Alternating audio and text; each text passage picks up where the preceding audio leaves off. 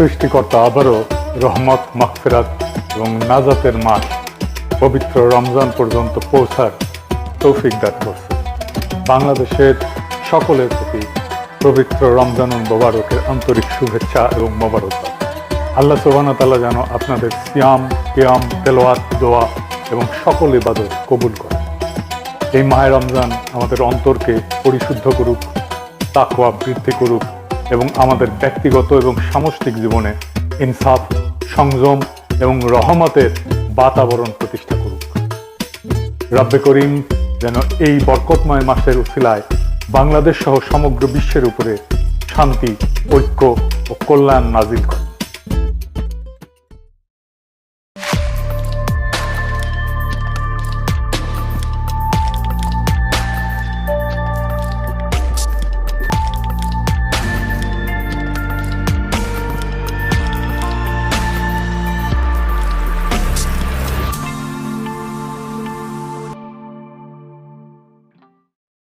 তো কেমন হইল তারেক রহমানের মন্ত্রিসভা?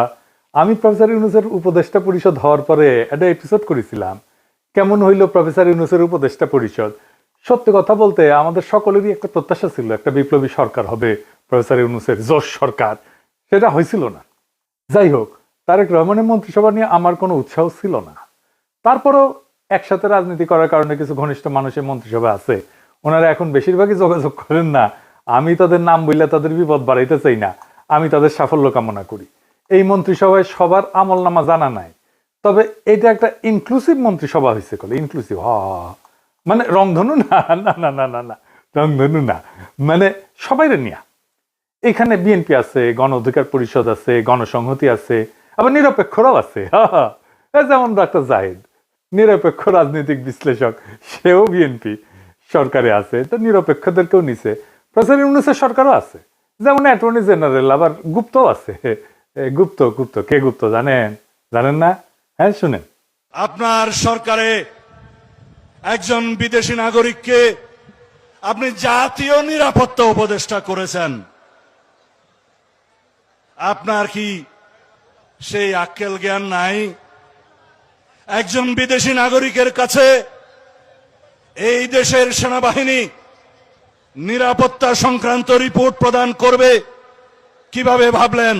খলিলুর রহমান সাহেব কোন রাজপথে মিছিলে ছিলেন? আপনারা কি দেখেছেন খলিলুর রহমানকে কোনোদিন বাংলাদেশের রাজনৈতিক অঙ্গনে গণতন্ত্রের জন্য, ভোটাধিকারের জন্য, মানুষের সেবার জন্য এগিয়ে এসেছেন? সেই জাতীয় নিরাপত্তা উপদেষ্টাকে আপনি বিদায় করুন।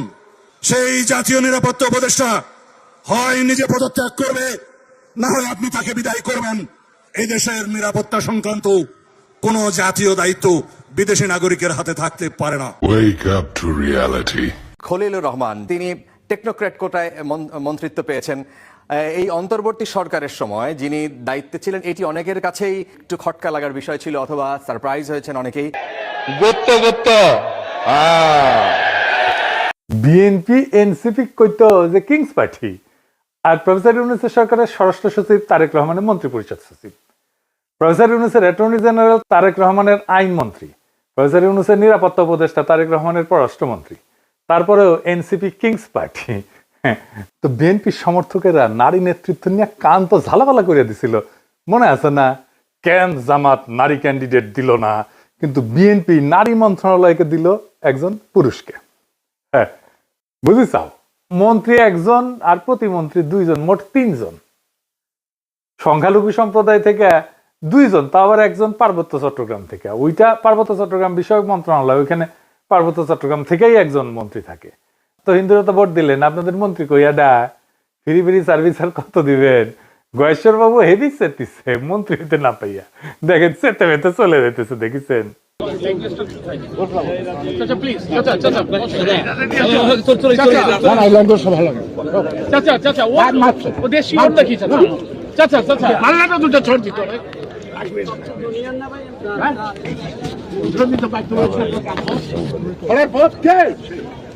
দেখেছেন? তাও যে মন্ত্রী বানাইছে নিতাই রায় চৌধুরী, উনি কিন্তু এরশাদের মন্ত্রী ছিলেন। আমরা যখন রাজপথে আন্দোলন করেছি এরশাদের বিরুদ্ধে, তখন উনি এরশাদের শেষ টাইমের মন্ত্রী হইলেন, ক্রিয়ামন্ত্রী বোধহয়, যুব ক্রিয়ামন্ত্রী বোধহয় হয়েছিলেন। ওরে আমার খোদা, 3 মাস পুরা করতে পারলো না, মন্ত্রী এর সাথে পড়ে গেল, তো মন্ত্রিত্ব আর করা হয়নি উনার।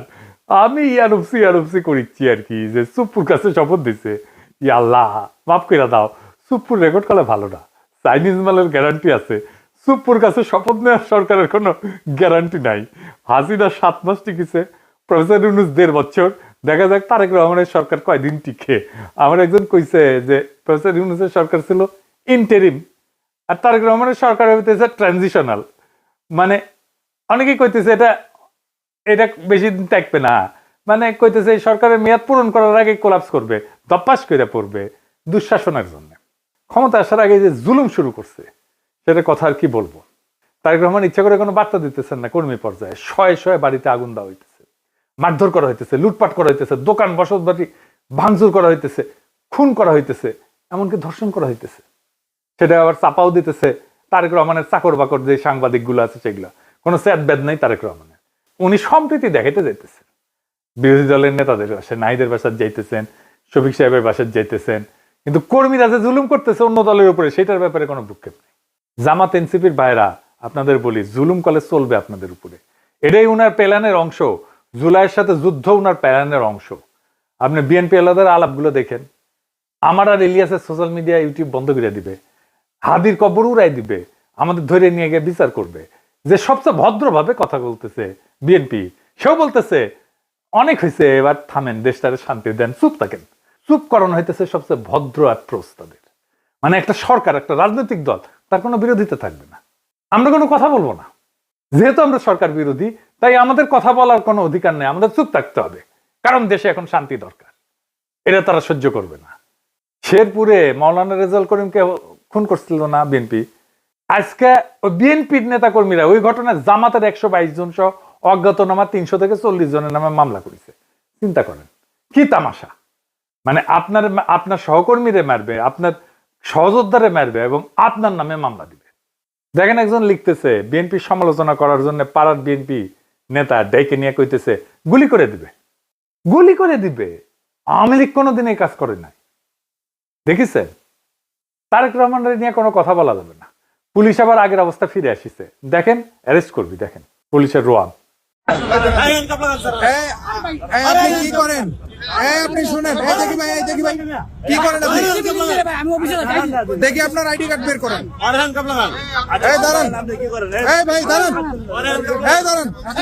কি বলছেন? আমি কইছি যে ভাই রাস্তায় যান, আপনারা কি জানেন কিনা এই বিষয়টা আমি বলছি। হ্যাঁ, তারপরে কি বলছেন? তারেক রহমান বিষয়ে কোনো কথা বলছেন? আমি যদি তারেক রহমান মারা যেত তাহলে আপনারা ইয়ে হতেন না, কেয়ার করতেন না। উনি প্রশ্ন করছে গাড়ি ঘোড়া কম চলতেছে কি জন্য, হ্যাঁ কম চলতেছে কি জন্য। আমাদের একজনে বলছে যে আমরা তো এরকম জানি না, আমাদের এরিয়া তো ক্রিকেট থানা, ক্রিকেট থানা এলাকা আমাদের এরিয়া। উনি প্রশ্ন করে যে আপনারা তাহলে কি করেন, কি করেন? এখন যদি তারেক রহমান মারা যায় তাহলে আপনারা যাবেন না, রেসপন্স করবেন না। আমার প্রশ্ন হলো এখানে তারেক রহমান মারার প্রসঙ্গ কেন আসবে? এই কথা তার কেন আসবে? দেখেছেন? আর বিভিন্ন জায়গায় আওয়ামী লীগ অফিস খুলে বসতেছে, অফিস খুলতেছে, তাদের অফিস খুলে হইতেছে। বিএনপির লোকেরাও অফিস খুলতেছে, আওয়ামী লীগের লোকেরাও উৎসব করে অফিস খুলতেছে। মনে হয় আওয়ামী লীগ জিতেছে নির্বাচনে, আসলে তো আওয়ামী লীগ জিতেছে। তো এটা তো বিএনপি এবং আওয়ামী লীগের বিজয়। আমি কইছিলাম না, দেন না ভোট দানের শীষে, ওটার পাছায় শুয়া আছে, ওটা যখন যাবে না টের পাবেন। দেখেছেন অবস্থা? এবার আসেন কয়টা রত্ন দেখি মন্ত্রিসভা। শুটার ফয়সলকে হাদিরে যে খুন করছিল, ওরা যে জামিন করানো যে আইনজীবী, সে মন্ত্রিসভায় জায়গা দেওয়া হয়েছে। উই এখন হাদি হত্যার মামলা রাজনৈতিক বিবেচনা মামলা হিসেবে বাতিল করে দিবি। উই দেখেন, ওই দিবি। এই ছবিটা দেখেন, এই যে কাফন মোড়ানো যে লাশটা দেখিচ্ছেন না, ওর নাম তানজিল জাহান তাহমিন। চুয়েট থেকে পড়াশোনা করছিল, ইঞ্জিনিয়ার, দীপ্ত টিভিতে কাজ করতো। তার একটা জমির মালিক ছিল তামিমের পরিবার, সেই জমির উপরে ডেভেলপার দিয়ে একটা ভবন নির্মাণ করে 9 তলা। ওই ভবনে 27টা ফ্ল্যাট ছিল, প্রত্যেক জমির মালিককে 5টা করে ফ্ল্যাট দেওয়ার কথা ছিল। 3 জন মালিক ছিল, মানে 3 5 15টা ফ্ল্যাট। কিন্তু জমির মালিক এই নিহত তামিমের বাবাকে 2টা ফ্ল্যাট দেয় মাত্র, যেখানে তার 5টা পাওয়ার কথা ছিল, 3টা ফ্ল্যাট মেরে দিচ্ছে। এই নিয়ে ঝামেলা হয়। 10 অক্টোবর 2024 20-25 জন ডেভেলপার কোম্পানির দুর্বৃত্ত সিসি ক্যামেরা ভেঙ্গা তানজিলের উপরে হামলা চালায়। গুরুতর আহত অবস্থায় দেওয়া হলে চিকিৎসক তাকে মৃত ঘোষণা করে। এই খুনে ডেভেলপার কোম্পানির নাম জানেন? এর নাম প্লেজেন্ট প্রপার্টি। এই কোম্পানির মালিককে জানেন? শেখ রবিউল আলম রবি। তানিম হত্যার 3 নাম্বার আসামি ধানের শীষ প্রতীকে ঢাকা 10 থেকে এমপি নির্বাচিত হয়েছে এবং আজকে তাকে সড়ক পরিবহন সেতু মন্ত্রণালয়, রেলপথ মন্ত্রণালয়, নৌ পরিবহন মন্ত্রণালয়ের দায়িত্ব দিচ্ছে তারেক রহমান। দেখেছেন, এর নিয়ে বিপ্লবী পোস্ট দিছিল ওয়াকারে পথ বালক, দেখেন। পরে আবার মাল পানি খেয়ে মুছে দিছে, খুঁজেই পাবেন নাই লেখা। প্রফেসর ইউনূসের জামানায় কত যে ধান্দা করেছে ওই তারই হত্যা নাই, কত যে মাল কামাইছে। যাই হোক, শহীদ প্রেসিডেন্ট জিয়াউর রহমানের খুনি জেনারেল এরশাদের পুরা সময় জুড়ে যে বাটপাট্টা উপপ্রধানমন্ত্রী ছিল চক্ষু বিশেষজ্ঞ ডাক্তার এম এ মতিন, তার পোলা মুহিত হয়েছে তারেক রহমানের প্রতিমন্ত্রী। সে কিন্তু আবার ব্রিটিশ সিটিজেন। এই যে দেখেন তার ইমিগ্রেশন রেকর্ড, বাংলাদেশের এয়ারপোর্টে সেখানে জলজল করতেছে ব্রিটিশ নাগরিক লেখা, বাংলাদেশের রেকর্ড। ওই ব্রিটিশ পাসপোর্ট নিয়ে 18 জানুয়ারি বাংলাদেশে পা রাখছিল, তারপরে মনোনয়নপত্র জমা দেয়। তারপরে যখন দ্বৈত নাগরিকত্বের প্রশ্ন আসলো, উই কইল যে কখনোই আমি দ্বৈত নাগরিক ছিলাম না, আমি কখনোই অন্য দেশের নাগরিক ছিলাম না। নির্বাচনের পরে মন্ত্রী হিসাবে শপথ নিল, আলহামদুলিল্লাহ। তো এই মুহিত কিন্তু ডাক্তার, ঢাকা মেডিকেলে পড়েছিল, আঙ্গারে বছর 4 জুনিয়র মনে হয়। এরশাদের আমলে সে একটা আকাম করেছিল, সেই সময় হেভি সেন্সেশন ছিল। এটা খুবই সেন্সেশনাল ঘটনা ছিল আমাদের টাইমে, আমরা তখন আন্দোলন সংগ্রাম করতেছি এরশাদের বিরুদ্ধে। বাপি শাহরিয়ার বলে এক তরুণ ছড়া কাটছিল, ওই পাড়ায় রাস্তার মধ্যে সাইকেল চালাইতেছিল বাপি, আর রাস্তাটা নিজের মনে করে দ্রুত বেগে গাড়ি চালাইতেছিল এরশাদ আমলের সেই মন্ত্রী মতিন সাহেবের ছেলে এই মুহিতের গাড়ির ধাক্কায় ছিটকা পড়ছিল বাপি, দাদা মেরুদণ্ডের হাড় ভেঙে যায়, প্যারালাইসিস হয়ে পড়ে থাকে, বিছানায় পড়ে থাকে। অবর্ণনীয় কষ্টে ভুগছে বাপি শাহরিয়ার, বিচার পায় নাই, চিকিৎসাও পায় নাই। তো পরিবারের মুখাপেক্ষী হইয়া একটা তরুণ কতদিন বেঁচে থাকতে পারে বলেন? সে দুঃখে আর গ্লানিতে পরিবারের বোঝা হইয়া থাকতে না চাইয়া অভিমানে আত্মহত্যা করছিল ছেলেটা। এইটা নিয়ে সেই সময় একটা দারুণ মঞ্চ নাটক হয়েছিল, খুব বিখ্যাত মঞ্চ নাটক হয়েছিল। তখন মঞ্চ নাটক কিন্তু খুব চলতো, নাম ছিল 7 ঘাটের কানাকুড়ি। ওইখানে 7 ভাই ছিল আর কি, তার মধ্যে এক ভাই এই বাপি শাহরিয়ার। এই ঘটনাটা ওই নাটকের মধ্যে আছে, মমতাজউদ্দিন আহমেদের বইও আছে, আপনারা পড়তে পারবেন। এই মহিতি এখন স্বাস্থ্য প্রতিমন্ত্রী হয়েছে। ছাত্র জীবনে জাসদ ছাত্রলীগ করতো, মানে হাসানুল হক ইনুর। তখন জাসদ ছাত্রলীগ বড় এবং প্রভাবশালী সংগঠন, ছাত্র দলও করে নাই, কখনোই করে নাই। এক ফ্যামিলি থেকে নাকি একাধিক প্রার্থী দিবি না বিএনপি, কতগুলা দিছে দেখেছেন এই ফ্যামিলি থেকে। খালি মির্জা আব্বাস ভাই ভাবির জন্য আর একটা নমিনেশন চাইলেই দোষ, তাই না? এই দুনিয়ায় ইনসাফ নাই কলে, বুঝিছেন মির্জা আব্বাস ভাই? একেবারে কোনো ইনসাফ নাই, বেইনসাফির দুনিয়া।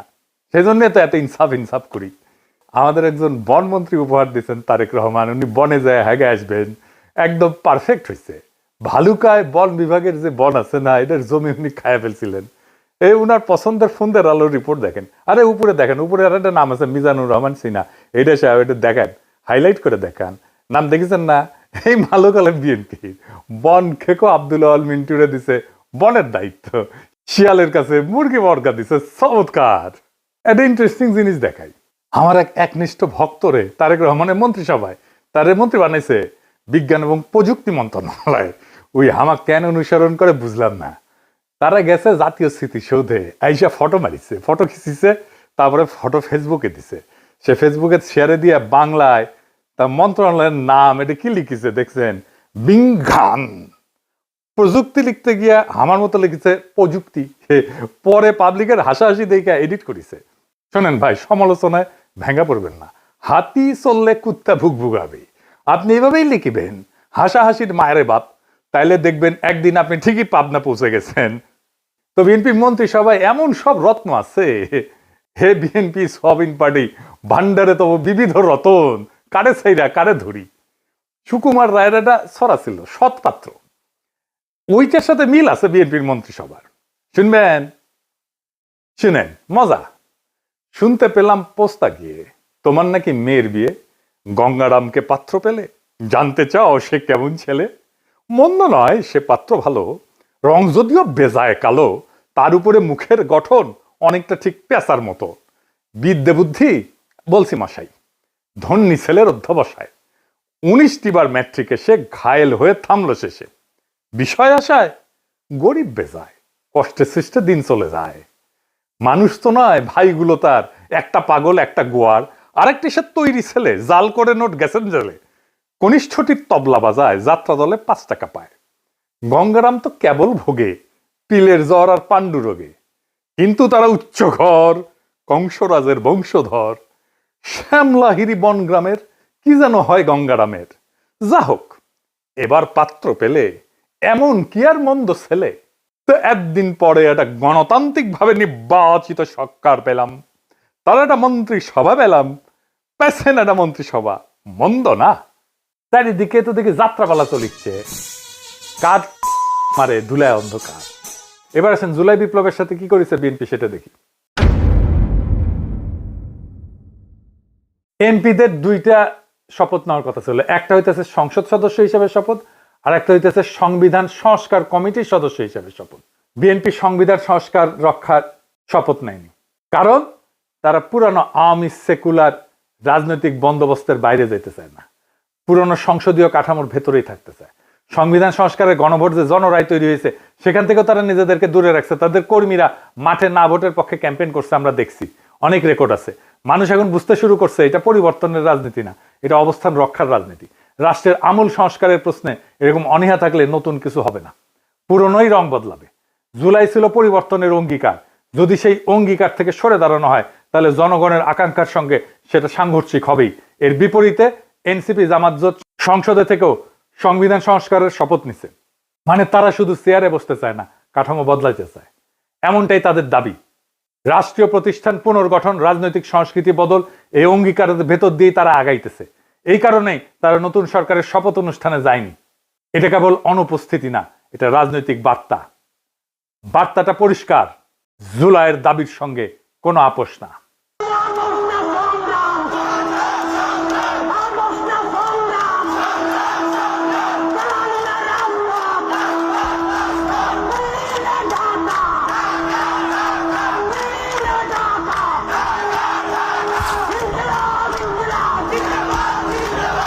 পুরনো বন্দোবস্তের সঙ্গে কোনো আপোষ না, সংস্কার ছাড়া কোনো স্থিতিশীলতা আসবে না। এখন সিদ্ধান্ত জনগণের। ফাইনালি দেখেন, আমি কয়েকদিন আগে কইছিলাম না তারেক রহমান ক্ষমতা এসে মুজিবের মতো বলবে ফেরাউনের দল সব শেষ করে দিয়ে গেছে। এইটা সাহেব আমার আগের ভিডিওর ওই অংশটা আরেকবার একটু দেখান না। বিএনপি ফ্যামিলি কার্ড নিয়ে কিছুই করতে পারবে না, এটা বাস্তবায়নের টাকা বিএনপি জোগাড় করতে পারবে না। আর জোগাড় করতে পারলে বাংলাদেশে মুদ্রাস্ফীতি হবে ব্যাপক হারে।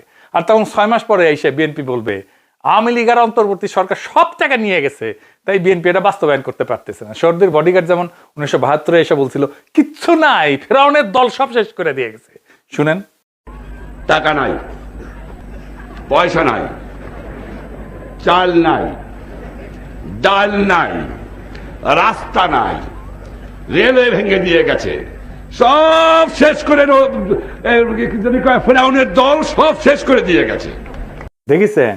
এইবার দেখেন, মোটামুটি প্রায় 2টা খবরের কাগজ, একটা আজকের নিউজ হইতেছে ইউনূস সরকার 23 লাখ কোটি টাকা লোন রেখে গেছে। ভাবটা যেন ইউনূস সরকার 23 লাখ কোটি টাকা নিজেই লোন নিয়েছে এই সরকার চালানোর সময়।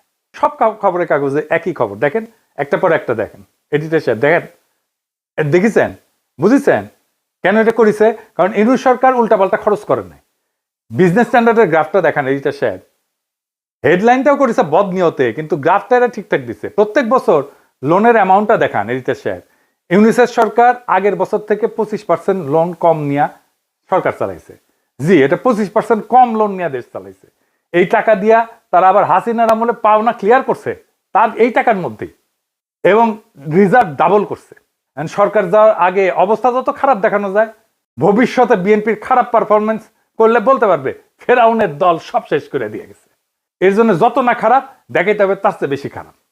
তারেক রহমানের 5টা মিডিয়া এই কাজ করিচ্ছে। প্রফেসর ইউনূস লোন নিছে কত? মাত্র 1.5 লাখ কোটি টাকা। 1.5 লাখ কোটি প্রফেসর ইউনূস সরকারের ঋণ, বাকিগুলো তো শেখ হাসিনার নেওয়া ঋণ। এর থেকে কম ঋণ করে চলার চেষ্টা করতে পারে বিএনপি সরকার, হাউকাও করার কি আছে? প্রথম আলো আবার একটু মডিফাই করেছে, দেখেন যে ইন্ডিয়া, রাশিয়া, চীন থেকে কোনো লোনের প্রতিশ্রুতি আসে নাই। লোন আসে কোত্থেকে? লোন আসে জাপান, এডিবি থেকে, ওয়ার্ল্ড ব্যাংক থেকে। ভাগ্য ভালো লেখেনি যে ভুটান, সোমালিয়াও লোন দেওয়ার প্রতিশ্রুতি দেয় নাই। তো ওটাও লিখেন। বিএনপির আইটি বিশেষজ্ঞ আবার শেয়ার দিচ্ছে ওইটা উৎসাহ নিয়ে। এই আইটি বিশেষজ্ঞ আবার টকশো করে সেইগুলারে নিয়ে যারা হাদির কবর উড়াই দিতে চায়। এইবার একটা জিনিস দেখায় ফাইনালি, ইলেকশন ইঞ্জিনিয়ারিং নিয়ে। ইলেকশন ইঞ্জিনিয়ারিং নিয়ে আমার আগের এপিসোডে হাদির একটা বক্তব্য শুনেছিলেন না? আজকে আবার শোনেন, এডিটর সাহেব আবার শোনেন। এবার যেহেতু আমলারা সিল মারতে পারবেন না, আপনারা দেখেন এই মানে আমার হয় কি, আমরা যখন সিডাপের মতো একটা ভারী ভেন্যুতে কথা বলি তখন এত থিসিস, অ্যান্টিথিসিস, সিনথিসিস এরকম বলি যেগুলো জনগণ কানেক্ট করতে পারে কম। হিসেবটা খুব সোজা হলো যে এই প্রত্যেকটা কেন্দ্রে, একটা কেন্দ্রে মিনিমাম 10টা বুথ থাকে। তো আমরা জানি একটা কেন্দ্রে একজন প্রিজাইডিং অফিসার থাকে, কয়েকজন অ্যাসিস্ট্যান্ট প্রিজাইডিং অফিসার থাকে, প্রত্যেক কেন্দ্রে আবার পুলিং অফিসার থাকে, এবং এই সবাই থাকে ওই উপজেলা বা জেলার লোকজন, মেইনলি স্কুলের টিচার, কলেজের টিচার, মাদ্রাসার টিচার, সাথে কিছু ব্যাংকার, এরা এখানে করেন। ব্যাপার হলো আপনারা এটা খুব কমন স্ট্র্যাটেজি, সেটা হচ্ছে যারা আমরা যাদেরকে হেভিওয়েট প্রার্থী বলি মেইনলি, তারা যেটা করেন 5-7 জন ডামি দাঁড় করায় দেন। ডামি প্রার্থী দাঁড় করাই দিলে হয় কি, তার নামে প্রত্যেক প্রার্থীর নামে আবার পুলিং এজেন্ট দেওয়া যায়, মানে তার নামে এজেন্ট দেওয়া যায়। তো ধরেন আমি নিজেও যেহেতু একজন প্রার্থী, তো আমি প্রার্থী হিসেবে আমার কেন্দ্রে প্রত্যেক জায়গায় আমি একজন করে এজেন্ট দিতে পারবো প্রত্যেকটা বুথে। তো আমার এগেনস্টে যিনি আছেন তিনি যদি আরো 5 জনকে দাঁড় করাই দেন এবং 5 জনের এগেনস্টে আরো 5 জন সে এখানে এজেন্ট দিবেন, তারপরে যেটা হবে পুরো বুথের মধ্যে 10 জনের মধ্যে দেখা যাবে 8 জন বনাম আমার একজন। তো আমার একজন তো সে কুলাই উঠতে পারবে না। এরপর ওইখানে সরকারি যে কর্মকর্তা থাকবে সে তো স্কুল টিচার ভাই, সে তো আসমান থেকে নাজিল হয় না, সে ওখানে আসছে একদিনে চাকরিটা করে হয়তো ওই দিন দায়িত্ব পালন করে 3-4 হাজার টাকা পাবে। এখন যেহেতু সেই ওই স্কুলে আবার চাকরি করা লাগবে, তার কোনো শক্তি নাই ওইখানে যারা দখল করতেছে তাদেরকে বাধা দেয়া, কারণ সে স্কুলেও ফিরতে পারবে না, কলেজেও ফিরতে পারবে না। শুনেছেন, হাদিজা বলে গেছে ঠিক তাই ঘটছে কেন্দ্রগুলোতে। আমি এই ক্লিপটা পাইছি, আজকে আপনাকে দেখাই, গতকালকে আমি পাইনি এই ক্লিপটা, আজকে আপনাকে দেখাই। দেখেন হাদিজা যেটা বলে গেছে সেটাই ঘটছে। ছিল ও এখন একটু বাইরে গেছে, তার জন্য আমি এখানে বসছি, মানে উনি আসতে আমি বসছি। উনি আসতে আমি চলে উনি আসতে আপনার অনুমতি নিয়েছিল আর একজন পুলিং এজেন্টের জন্য বসতে যে দাবি করছে। ও নিয়ে আসছে তো, হ্যাঁ। এটা কার ছবি? আপনার ছবি? হ্যাঁ, তো আপনি যে আর একজনের হয়ে আসছেন বললেন। আমি আসছি বলতে আমি এখন ওনার পক্ষে ছিলাম, তো আমাকে এখন দেওয়া হয়েছে, ওনাদের কেউ নেই সেজন্য আমাকে দেওয়া হয়। তাদের কেউ নেই, লাঙ্গলের পক্ষে কেউ নেই। আপনি কার হয়ে কাজ করতেছেন? আমি আমরা মানে লাঙ্গলের পক্ষে আমাকে ভাইয়া বলা হয়েছে, তার পক্ষ থেকে লাঙ্গলের নাই দেখে আপনাকে নিয়ে আসা হয়েছে। আপনি মূলত কোন প্রতীকের হয়ে প্রচারণা করছেন? আমি এখন আসলে তো ওনার পক্ষে আসতেছি। কিন্তু আগে ছিলেন কোথায়? ধানের শীষে। ধানের শীষ। জি। আপনি কোন প্রতীকে? আম প্রতীকের। আম প্রতীক। জি জি। আপনার প্রার্থীর নাম কি? প্রার্থীর নামটা এখন মনে আসতেছে না, প্রার্থীর নামটা। কেউ ছিল ধানের শীষের পক্ষ থেকে আসা, কিন্তু ওনাদের কেউ নেই। না, ধানের শীষের পক্ষে, আমি তো ধানের শীষের না, উনি ধানের শীষে, আমি প্রার্থীর নাম জানেন না? না, প্রার্থীর নামটা জানেন, এই যে কার্ড সবকিছু ডকুমেন্ট আছে, নো ইস্যু এগুলো। আপনি কি বুঝতে পারতেছেন এখানে কি হয়েছে? দেখেছেন, বিএনপিকে আমাদের একটা কথা বলে দিতে হবে, ক্ষমতা চিরস্থায়ী না, কারো ক্ষমতা চিরস্থায়ী না, না হাসিনার, না প্রফেসর ইউনূসের, না তারেক রহমানের, কিন্তু রাষ্ট্র টিকে থাকে আর জনগণ সব দেখে। বিএনপি যদি সত্যিই নতুন বাংলাদেশ বানাইতে চায় তাহলে সমালোচকদেরকে শত্রু বানায়েন না, ভয় দেখায় নীরবতা কিনতে যায়েন না, মিডিয়া দিয়া এইরকম ন্যারেটিভ তৈরি করেন না যে ভবিষ্যতের অজুহাত তৈরি করবেন। কারণ মানুষ আগের মানুষ নাই, মানুষ এখন হিসাব রাখে, ভিডিও রাখে, স্ক্রিনশট রাখে, স্মৃতি রাখে। জুলাই শুধু একটা মাস ছিল না, জুলাই একটা প্রতিশ্রুতি ছিল, রাষ্ট্র বদলানোর প্রতিশ্রুতি, ক্ষমতার ভাষা বদলানোর প্রতিশ্রুতি। যদি সেই প্রতিশ্রুতি ভাঙেন তাহলে ইতিহাস আপনারে ছাড়বে না, যেমন হাসিনারে ছাড়ে নাই, যেমন মুজিবরে ছাড়ে নাই। ভয় দেখায়েন না, ভয় দেখায়েন না তারেক রহমান, হাসিনারে আর মোদিরে ডরাই নাই। আপনাদের দাবরানি দিয়া ঠান্ডা করে দেওয়া যায়, ডর আপনারা পাইবেন। হাসিনা দিছিল না, একবার ঠাসি দিয়া বালুর ট্রাক সরানোর ক্ষমতা ছিল না, হেডম ছিল না, হরতাল ডাকতেন আর নিজের পড়না পল্টন অফিসের সামনে 20 জন লোক হয় না। আপনারা এখন ভয় দেখাইতেছেন। হ্যাঁ, কারণ হাইসানি এদিতে সে হাসায় দেয়। আপনাদের নেতা মির্জা আব্বাস হেভি হেডোমালা নেতা, বলে পুলিশের ভয় প্রাণ ভয়ে দাঁড়াইতে পারে নাই নয়াপল্টনে। নিজেদের মাপে অন্যদের মাপতে যায়েন না, ভুলে যায়েন না। আপনারা যখন ঘরে ঢুকে গেছেন তখন আমরাই প্রতিরোধের আগুন জ্বালায় রাখছিলাম। ডর দেখায়েন না, আমরা ভয় পাই না, আমরা কাউকে ভয় পাই না। আমরা বলছি আমরা একটা রেসপন্সিবল অপোজিশন হিসেবে কাজ করতে চাই, আমাদেরকে রেসপন্সিবল অপোজিশন হিসেবে কাজ করতে দেন। আমরা আপনাদের অন্যায়ের বিরুদ্ধে বলে যাব, কারণ দেশটা আপনার বাপের না, দেশটা জনগণের। আর জনগণ যখন জাগে তখন ন্যারেটিভ, মিডিয়া, দাপট, ভয় দেখানো টিকতে পারে না। আপনারাও পারবেন না যদি এই চেষ্টা করেন। ইনকিলাব জিন্দাবাদ।